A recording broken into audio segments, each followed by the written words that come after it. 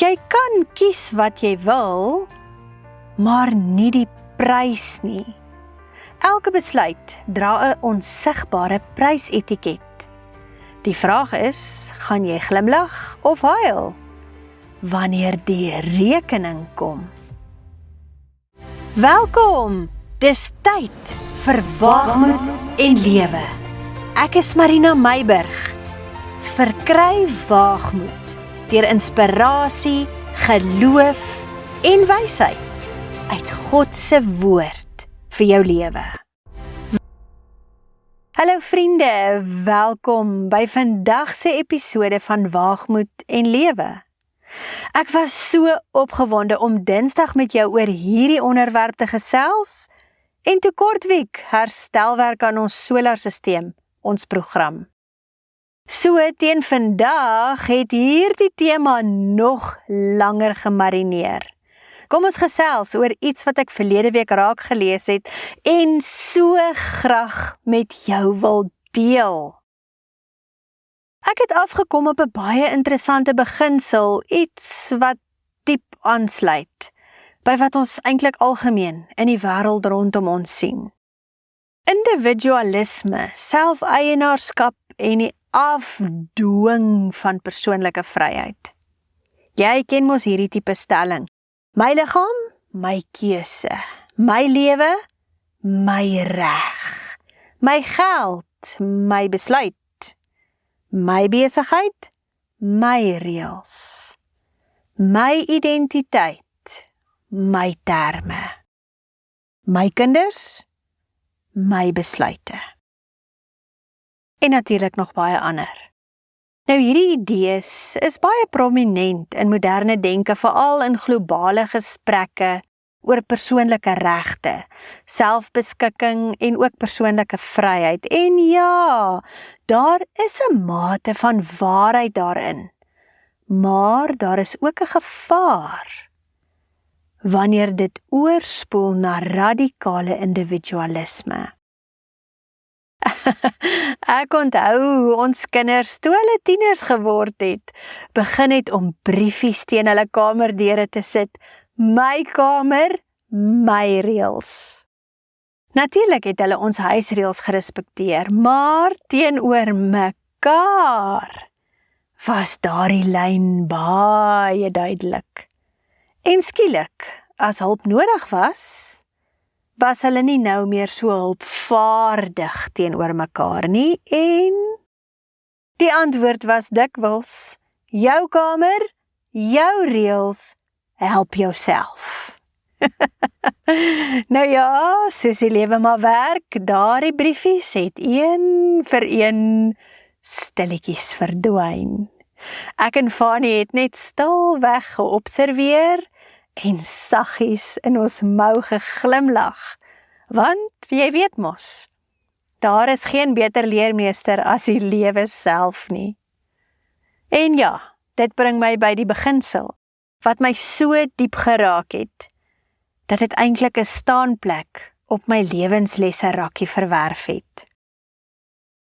Kom ek deel dit met jou.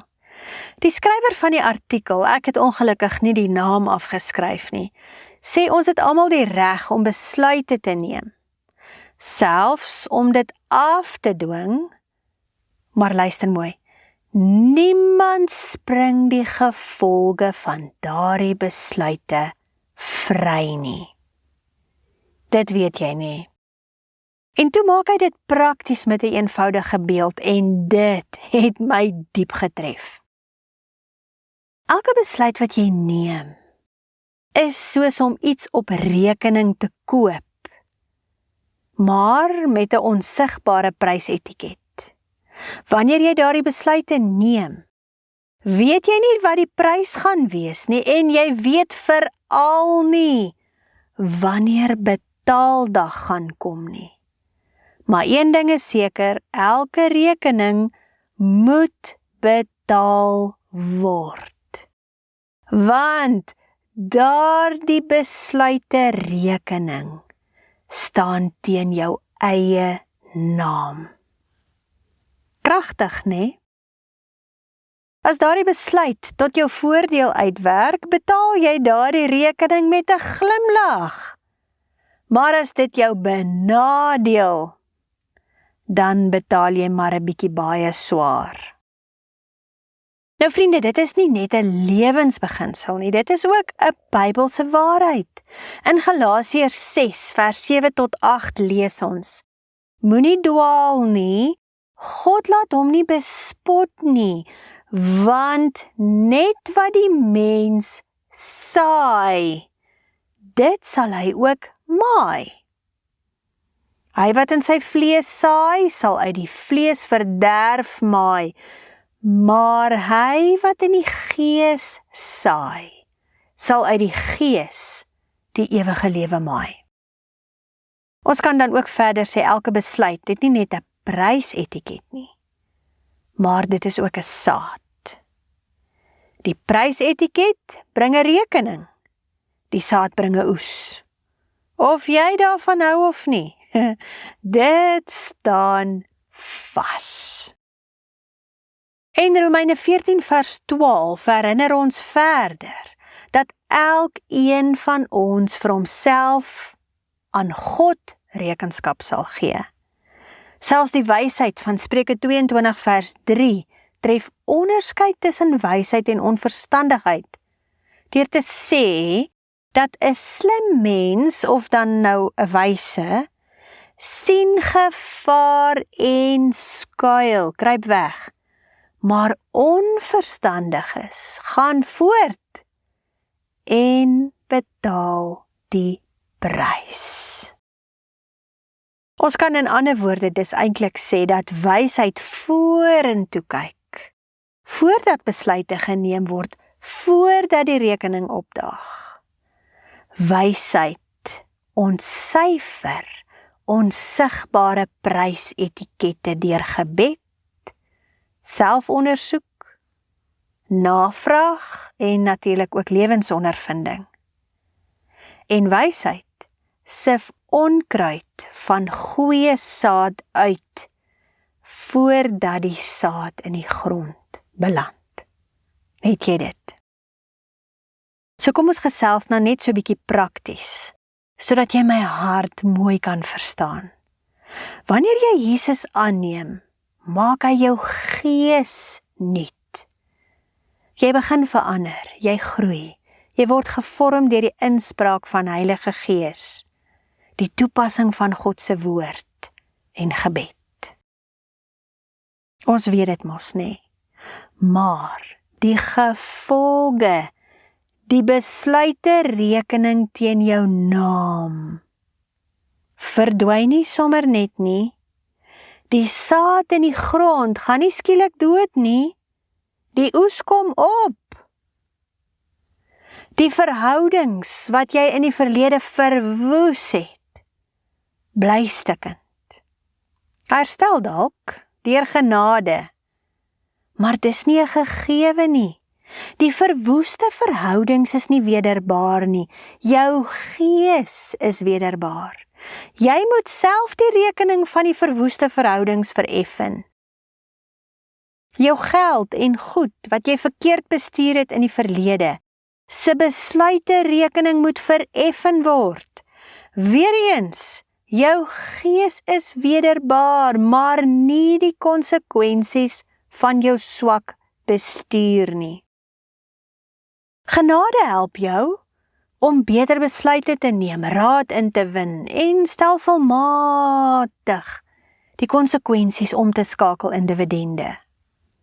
Nou dit geld ook vir die slegte gewoontes wat jou liggaam beskadig het, die keuses wat jy gemaak het in jou werk, jou karakter, jou vriendekring, jou huwelik, jou kinders se opvoeding. Daardie rekeninge staan teen jou naam en die saad is klaar in die grond. Betaaldag kom, verseker. En die oes op die sade wat jy self in die grond gesaai het, kom ook op sy tyd, verseker. Vriende, jou rekeningbesluite moet steeds hanteer word, ongeag Maar as kind van God, het jy nou genade.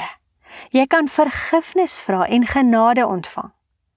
Nou genade beteken nie dat die rekening of dan nou die oes beslis gaan verdwyn nie. Soms beteken genade, God verwyder die gevolge, ander kere verminder hy dit. En ander kere gee hy jou die krag en wysheid om dit te hanteer en reg te stel. So genade is in verskillende vorme. Hy help jou om nuwe besluite te neem. Hy bring mense oor jou pad om jou te help of om jou met raad te bedien. Hy gee insig, strategie en herstel. En so begin jy stadig, maar seker die negatiewe gevolge omkeer in iets wat uiteindelik vir jou tot seën kan wees. Maar die beginsel bly staan, elke besluit is op rekening.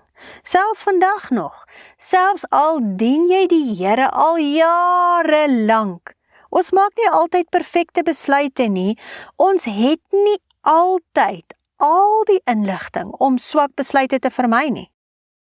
En soms was die besluit 'n goeie een, maar die lewe gebeur en dan, skielik, draai dit tot jou nadeel of plaas ekstra rente op jou rekening waarvoor jy nie kon beplan of op voorbereid was nie. So wat doen ons? Vriende, ons bid oor besluite, ons doen navorsing en oordink ons besluite met ingeligte kennis en ons vra raad. Nou, dit is so, soms moet ons op die ingewing van die oomblik 'n besluit neem en dan val ons terug op ons verhouding met die Here en vertrou hom vir wysheid en insig om die regte besluit te neem. Want wysheid vandag kan jou in die toekoms rente op jou besluite rekening spaar. So vriende, ek wil jou los met hierdie eenvoudige, maar kragtige gedagte. Wanneer jy volgende keer 'n besluit moet neem, onthou, herinner jouself, hierdie is 'n rekening. Die vraag is nie of jy gaan betaal nie, maar wanneer en hoeveel. Vra vir jouself, as ek hierdie rekening moet betaal, gaan ek dit met 'n glimlag, in dankbaarheid en in vrede betaal? Of met hartseer, spyt en verwyd? My gebed vir jou is dat jou besluite vir jou meer dividende as verliese oplewer.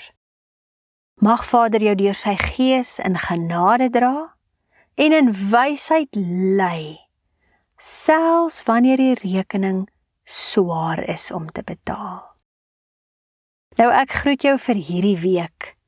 Skakel Vrydag, Sondag en Maandagoggend om 10:00 die oggend saam met Fanny in op YouTube livestream vir 3 kragtige boodskappe oor Paasfees. Seën en vrede vir jou. Tot volgende week.